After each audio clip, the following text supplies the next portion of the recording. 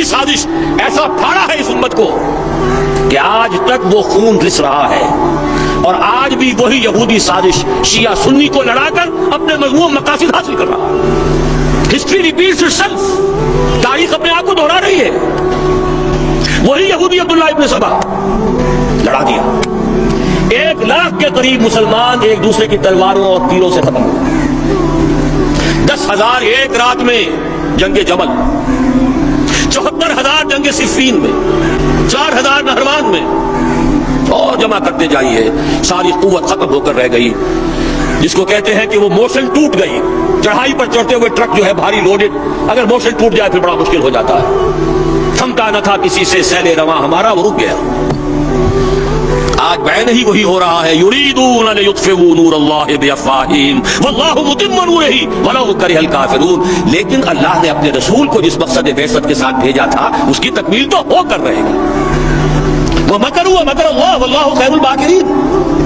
یہ اپنی سی چالیں چل رہے، اللہ بھی اپنی چالیں چلے گا، اور اللہ سے بہتر چال کس کی ہوگی؟ کیا خوب کہا اقبال نے، دنیا کو ہے پھر مارتا ہے روح و بدن پیش، تہذیب نے پھر اپنے درندوں کو ابھارا، اللہ کو پامردی مومن پہ بھروسہ، ابلیس کو یورپ کی مشینوں کا سہارا۔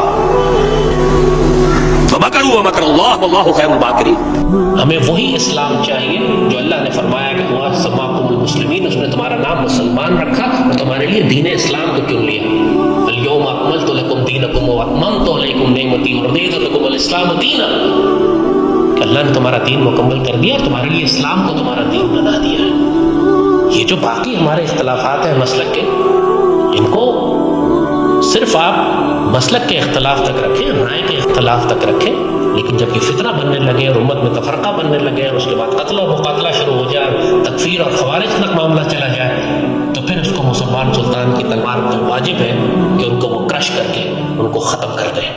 کہ افغانستان اور بلوچستان میں جو ایکٹیویٹیز بڑھی ہیں اینٹی پاکستان، وہ سم ہاؤ کہیں اپرتش طور پر اسرائیل سے ریلیٹڈ ہے۔ دیکھیے اسرائیل کا ابھی تو رول لمیٹڈ ہے، میں نے آپ کو بولا they are providing intelligence, they are providing weapons. India is largely providing financial aid to BLA even to TTP، Tehreek Taliban Pakistan. تحریک طالب پاکستان، ان دونوں جو ادارے ہیں BLA اور TTP، ان دونوں کو جو شرن دے رہا ہے، جو ایک ریفیوز دے رہا ہے، ٹیریٹوریل بیسس پرووائڈ کر رہا ہے، وہ ہے افغانستان۔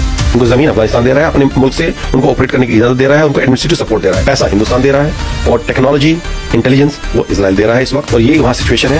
اور جو دخل اندازی ہے اسرائیل کی، جو اس کا انٹرسٹ ہے، وہ لگاتار is on the rise, and so is India's and so is Afghanistan. تو یہاں ان تینوں ملکوں کے انٹرسٹ کنورج ہو رہے ہیں، اور ان تینوں کا ٹارگیٹ لارجلی پاکستان ہے، کچھ حد تک ایران ہے۔ These teenagers may be Israel's future operatives in an espionage battle against Iran. They learn about Iranian history and culture and sing in the Persian language. I'm Reuters Rinat Harash at Ben Gurion High School in the Israeli city of Petah Tikva. These high schoolers behind me may be Israel's future operatives in an escalating shadow war with Iran.